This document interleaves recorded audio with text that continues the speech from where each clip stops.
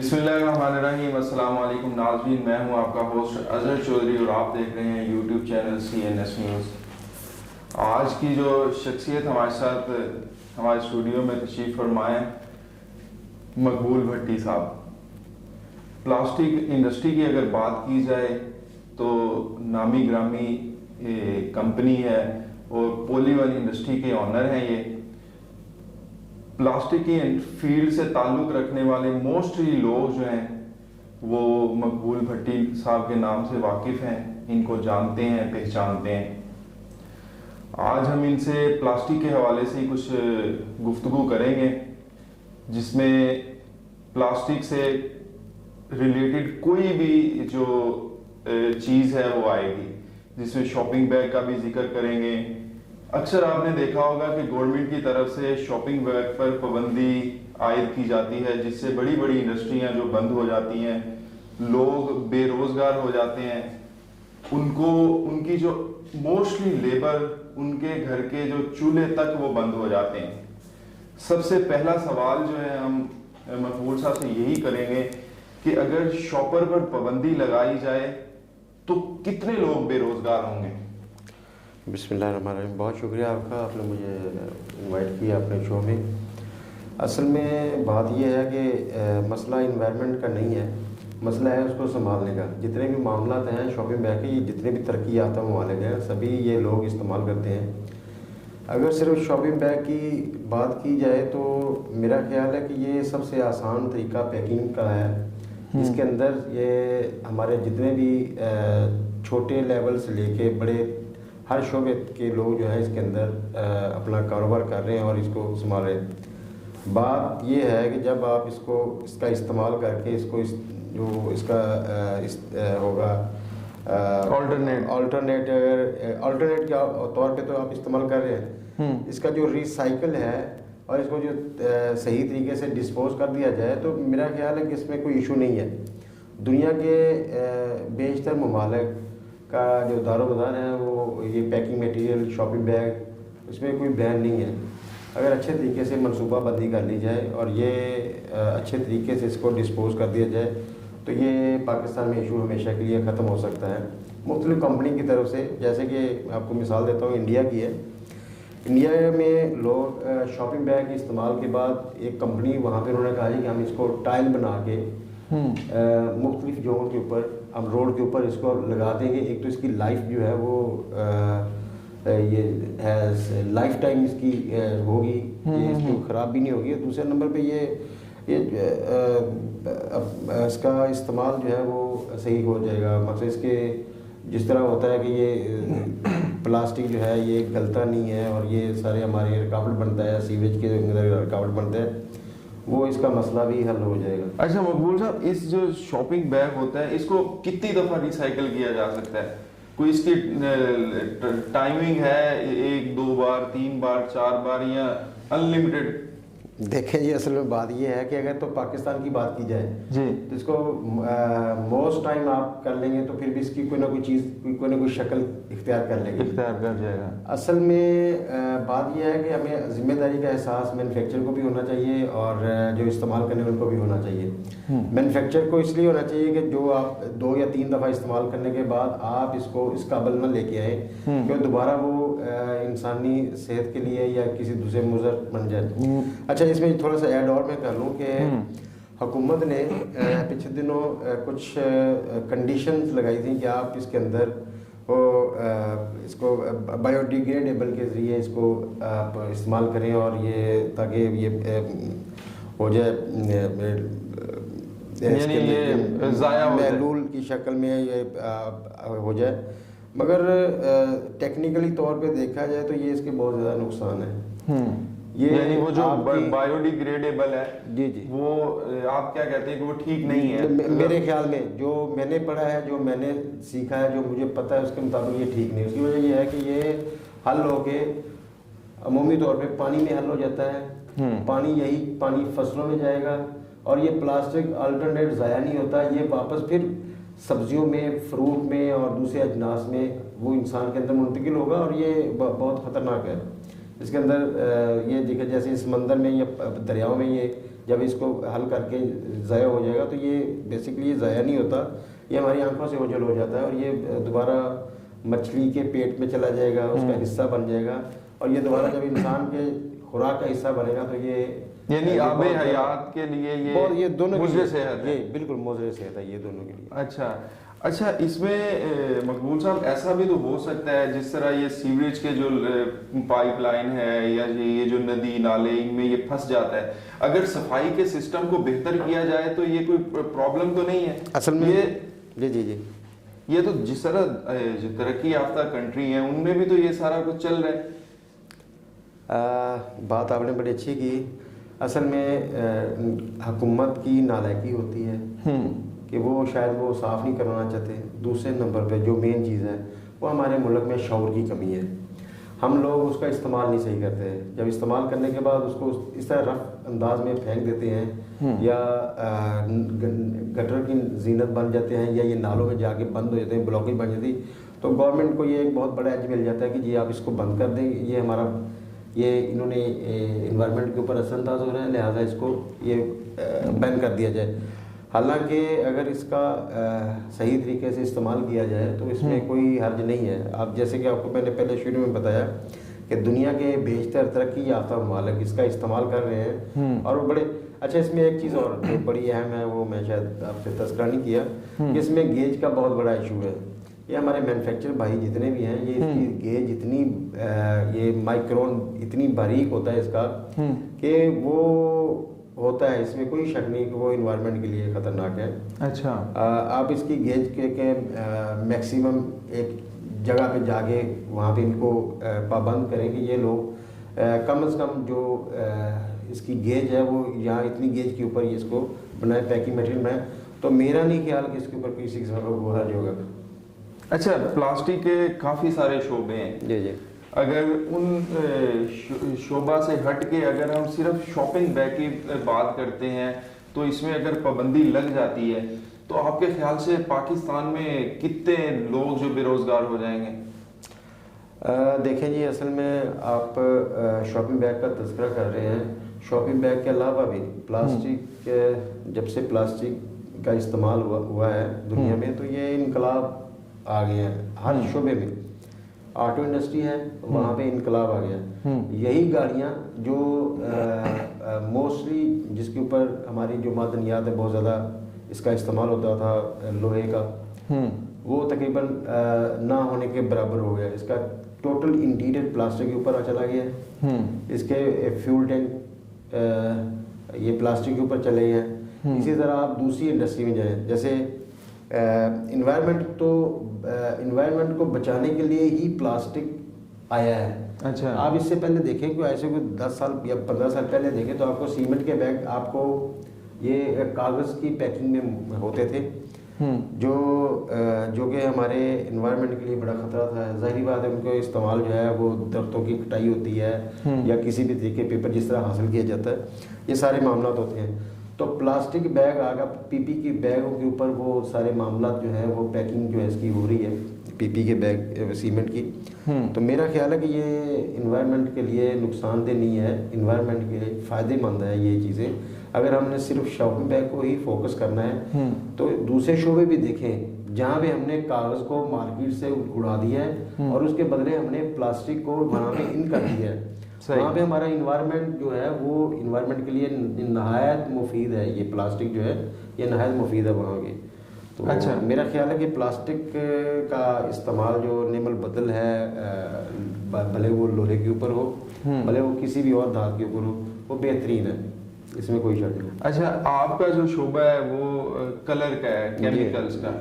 अच्छा, जो इन प्लास्टिक को रंगने के लिए जो कलर्स होते हैं वो जो इंसानी सेहत के बिल्कुल ऐन मुताबिक वो चीज़ें जो आप डेवलप करते हैं? जी बिल्कुल, ये आपकी बड़ी अच्छी बात है। हमने हमारे पास शोबे मुख्तलिफ शोबे हैं जहाँ पे चूँकि जिस जगह पे प्लास्टिक के अपना होगा इस्तेमाल होगा वहाँ पे हमारा जो इन्वॉल्वमेंट है वो लाजमी होगी, क्योंकि उसके अंदर जितने भी उसको जब उसको कंपाउंडिंग करते हैं तो कंपाउंडिंग के मरहले के ऊपर वो हमारी सर्विसेज जो होती हैं वो उनको हम देते हैं। तो सबसे पहले तो ये है कि जितने भी फूड ग्रेड पैकिंग है जी जी, उसके लिए तो हम डेफिनेट वो हम इंश्योर करते हैं कि उसको फूड ग्रेड मटेरियल ही प्रोवाइड किया जाए, बिल्कुल सही। और इसके अलावा अगर कोई ऐसी इस्तेमाल चीज़ है जिसके अंदर फूड पैकिंग नहीं है या कोई और चीज़ है तो उसमें कोई हर्ज नहीं है। अच्छा, उसके अंदर जैसे मैं आपको एग्जांपल देता हूँ कि पिछले दिनों हमने एक कंपनी की तरफ से हमें वो एक थी रिक्वायरमेंट थी कि उन्होंने घी की बकेट बनानी थी। अच्छा, तो उसके लिए हमने जो जिस कंपनी का वो इस्तेमाल कर रहे थे वो फूड ग्रेड मटेरियल थी। मैंने उनको 12 दफ़ा समझाया ये थोड़ा सा रेट का इशू आएगा आपके ऊपर, थोड़ा सा रेट ज़्यादा होगा, मगर हम नहीं चाहते कि आपको ये जो बकेट है जिसके ऊपर घी की पैकिंग कर रहे हैं हम इसको लेड के ऊपर लेके आए। उसके फिर हमने उसको फूड ग्रेड मटेरियल दिया, वो कायल हुए अल्हम्दुलिल्लाह, वो उसको उन्होंने फिर इस्तेमाल भी किया, वो हमने उसको फूड ग्रेड मटेरियल देना चाहिए। अभी देखें मुख्तलिफ शॉप हैं जहाँ पे वाटर टैंक है, जहाँ पे पानी की स्टोरेज होती है, वो 100% फूड ग्रेड है। इसी तरह जो फूड की जितनी भी पैकिंग है उसके अंदर हम फूड ग्रेड मटेरियल ही इस्तेमाल करते हैं। और हाँ, इसमें अगर देखा जाए तो जैसे पीपी बैग है और दूसरी जो पैकिंग मटेरियल है जिसमें कोई सामान गुड्स वगैरह जो इसके पैक होते हैं उसमें हमने ये नहीं होता है कंडीशन। अच्छा, अगर ये देखें प्लास्टिक में मोस्टली आपने देखा था जिस तरह मेडिकल की अगर बात की जाए तो उसमें शीशे की जो बोतल्स आती थी, आजकल वो भी प्लास्टिक में आ रही हैं। वो जो मटेरियल होता है उसको फूड ग्रेड ही कहते हैं या उसको कोई अलग नाम दिया जाता है? नहीं, वो बिल्कुल देखें, ये जो पैकिंग होती है इसमें मोस्टली लोग मेडिसिन के इस्तेमाल करते हैं तो उसके लिए हम फूड ग्रेड मटेरियल ही इस्तेमाल किया। अच्छा, वो फूड ग्रेड में ही आएगा? फूड ग्रेड में ही आएगा। अच्छा, यानी अगर जो भी मतलब खाने पीने की चीज़ों में इस्तेमाल होगा वो फूड ग्रेड ही कहलाएगा। बोल साहब, ये जो प्लास्टिक का बिजनेस है इसके अलावा एक आप तंजीम भी चला रहे हैं, तो उसके हवाले से आप क्या कहेंगे कि उसमें आप जो गरीब जो हमारे बहन भाई हैं उनको क्या फैसिलिटीज़ दे रहे हैं उसमें आपकी जो तंजीम है? चौधरी साहब देखें, मेरा तल्लक एक रूरल इलाके से है, हम देहात के रहने वाले हैं बेसिकली। तो उसके बाद मैं अपनी एजुकेशन कंप्लीट करने के बाद मैं बिज़नेस की तरफ आ गया। मगर जिस जगह पे हमने परवरिश हुई हमारी, जिस जगह पे हमने वो अपनी होश संभाली, जहाँ पे पढ़े, ज़ाहिर बात है वो जहाँ की मिट्टी है वहाँ पे हमें प्यार तो है। तो इस सिलसिले में वहाँ पे कुछ हमारे दोस्त हैं हमारे गांव में, वो उन्होंने एक तंजीम बनाई और तंजीम को उन्होंने हाईलाइट किया। जितने भी एक वक्त था जिस वक्त मेरे गांव में लिटरेसी रेट ना होने के बराबर था, और अल्हम्दुलिल्लाह जो बड़ी। अच्छा, वो गांव का नाम भी बता दें हमारे देखने वाले के इल्म में आ जाए। मेरे गांव का नाम शायद आप ना जानते हो, क्योंकि कराची और लाहौर में दरमियान में बहुत डिस्टेंस है, दरमियान में बहुत छोटे मोटे बहुत ज़्यादा गांव आते हैं। मेरा इलाका जो है ये छांगा मांगा के साथ एक छोटा सा गांव है, भोय असल उसका नाम है जी। बदकिस्मती से ये पसमानदगी का शिकार रहा है। अच्छा। हर दौर में और हमारे लोगों के अंदर इतना बेचारों के शौर नहीं था कि वो अपने हक के लिए कुछ आवाज़ दे सकें, कुछ आवाज़ हक के लिए कुछ अपनी बेहतरी के लिए कर सकें। मुझे बड़ी खुशी है कि मेरे गांव के कुछ लोग, जो मैं अर्ज़ कर रहा था कि हमारे लिटरेसी रेट ना होने के बराबर था, पढ़ाई इतनी ज़्यादा आम नहीं थी, कुछ लोग जो पढ़ गए उन्होंने मूव कर लिया दूसरे शहरों की तरफ, हमारे गांव की हालत वैसी की वैसी रही। फिर एक वक्त आया कि एक नई नस्ल तैयार हुई माशाल्लाह। बहुत आजकल समझे कि मेरा ख्याल है कि मेरे इलाके की जो लिटरेसी रेट है वो मेरे ज़िले में सबसे ज़्यादा होगा शायद इंशाल्लाह। उसकी वजह ये है कि जब मैं देखता हूँ कि मेरे लेफ़्ट राइट मेरे गांव में मेरे हर बच्चा जिसको पूछता हूँ वो सब माशाल्लाह ग्रेजुएशन और मास्टर की डिग्री उनके पास, और बड़े अच्छे रोज़गार के ऊपर है और इंतहाई दिली सुकून होता है, खुशी होती है। बात तंजीम की हो रही, तो तंजीम के लिए वहाँ पे हमारे एक दोस्त हैं, वो माशाल्लाह उन्होंने एक बुनियाद डाली कि चंद लोगों को ये जो शऊर वाले हैं इनको इकट्ठा करके लोगों के अंदर एक ऐसा शऊर जगाया जाए कि ये कम से कम ये भले सियासतदान या कोई पार्टी या कोई हुकूमत हमारी तरफ देखे या देखे, हम अपनी मदद आपके तहत ये सारे मामला सामने हमने सही। तो फिर उसके बाद हमने वो एक तंजीम बोयासल डेवलपमेंट ऑर्गेनाइजेशन वीडियो के नाम से एक तंजीम की बुनियाद रखी। अच्छा। और समझिए कि उसके बानी रुकन में मैं भी शामिल था। वक्त गुजरता गया, दरमियान में कोरोना आ गया। कोरोना के दौर में हमने वहाँ पे काफ़ी लोगों को, चूँकि जो दिहाड़ीदार थे लोग नहीं जा रहे थे, लोगों के घरों के अंदर बंद, राशन वगैरह उनको दिया। उसके बाद फिर हमारा एक फोकस और है क्लीन एंड ग्रीन बोयासल के नाम से एक शुरू किया, और अल्हम्दुलिल्लाह इतना कामयाब है वो कि अब लोगों के अंदर भी शऊर आता जा रहा है। अच्छा, क्लीन एंड ग्रीन में क्या जो है? क्लीन एंड ग्रीन में है कि मेरे गांव में ये थोड़ी सी मुझे शायद नहीं बतानी चाहिए थी, क्योंकि मैं एक वो प्रोग्राम हमने किया है उसके ऊपर हमने बात करने कि वो हमारे गांव के चारों तरफ जोड़ थे। अच्छा। हमने सोचा कि सबसे पहले जोड़ का खात्मा किया जाए।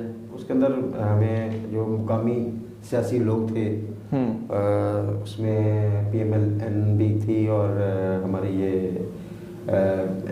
PMLQ जो उसमें कुछ तहरीक इंसाफ में चले गए, कुछ ऐसे थे। अच्छा। वो बड़े संजीदा लोग हैं, बड़े जहांदीदा लोग हैं, और ये समझदार हैं, बाशऊर हैं। उन्होंने दोनों पार्टियों ने इस हकीकत को समझा कि यहाँ पे लोगों की ये ज़रूरत है, और दोनों पार्टियों ने वहाँ पे बहुत अच्छा काम किया। अच्छा। और जब हमने वहाँ पे ये अपना एजेंडा उनको दिया तो उन्होंने बखुशी उन्होंने कहा जी बिल्कुल खंदा पेशानी के साथ उन्होंने कहा जी हम ये काम करेंगे, बल्कि वो हमसे ज़्यादा एग्रेसिव हैं और हमसे ज़्यादा वो काम कर रहे हैं। उसमें मैं अगर मुबारका रही से काम ना लूँ तो हाजी शरीफ संधू साहब, ये बहुत माशाल्लाह बड़ा उनका किरदार है वहाँ पे। इसी तरह हमारे PMLN में एक राव अमेर साहब हैं, वो माशाल्लाह बड़े एग्रेसिव हैं इस मामले में। बाकी मेंबर और भी हैं, मतलब कुछ हमारे गांव के लोग लड़के जो थे वो ओवरसीज़ चले गए, और वहाँ पे उन्होंने अपनी जो काविशें थी गांव के लिए वो जारी रखी और अभी तक कर रहे हैं। अच्छा, ये जो तंजीम है आपकी, इसका जो आपने एक जो बजट वगैरह डिसाइड किया उसका क्या तरीकाकार है? आप किस तरह उसको इकट्ठा करते हैं? ये खुद से मिलके करते हैं या कोई खास सपोर्ट है किसी मालदार आदमी की? नहीं, इसमें किसी किस्म की हमारे सपोर्ट नहीं है। स्वयं हमारे खालिस्तान जो हमारे गांव के लोग हैं वही सपोर्ट करते हैं। उसमें हम ये तय करते हैं कि तंजीम का इजलास होता है महीने बाद हो, भले 2 महीने के बाद हो। तो इजलास के अंदर सारे सीनियर मेंबर जितने भी हैं वो अपनी अपनी राय देते हैं, और सभी राय के छोटा सा गांव है उसके ऊपर जितना भी हम कह सकते हैं भाई इस वक्त आपने भी हमारा एक स्ट्रीट लाइट का एक प्रोग्राम चल रहा है। स्ट्रीट लाइट को ये है जी कि हमने इसको शुरू करना है, और तकरीबन ये अभी इंशाल्लाह अभी रिसेंटली 15-20 दिन तक हम एक स्टार्ट कर रहे हैं। उसके बाद हमारा एक प्रोग्राम है, जैसे हमारे गवर्नमेंट हाई स्कूल बोयासल में गवर्नमेंट ने स्टूडेंट के लिए, बच्चों के लिए खेल का कोई ग्राउंड नहीं है। तो हमारी ये तंजीम ने ही सोचा कि यार इनको अपनी अपनी मतलब आपके तहत स्कूल के अंदर ग्राउंड बनाया जाए, इनको ग्राउंड मुहैया किया जाए। खेल कूद चूँकि एक सेहतमंदाना माहौल पैदा करता है। बिल्कुल सही। तो हमारी ये चाह थी कि ये ग्राउंड बन जाए जिसके अंदर तमाम हमारे गांव के बच्चे लोग जितने बड़े हैं वो एक कोई इवेंट करवा सकें, कोई गेम कर सकें, ताकि एक बड़ा अच्छा माहौल।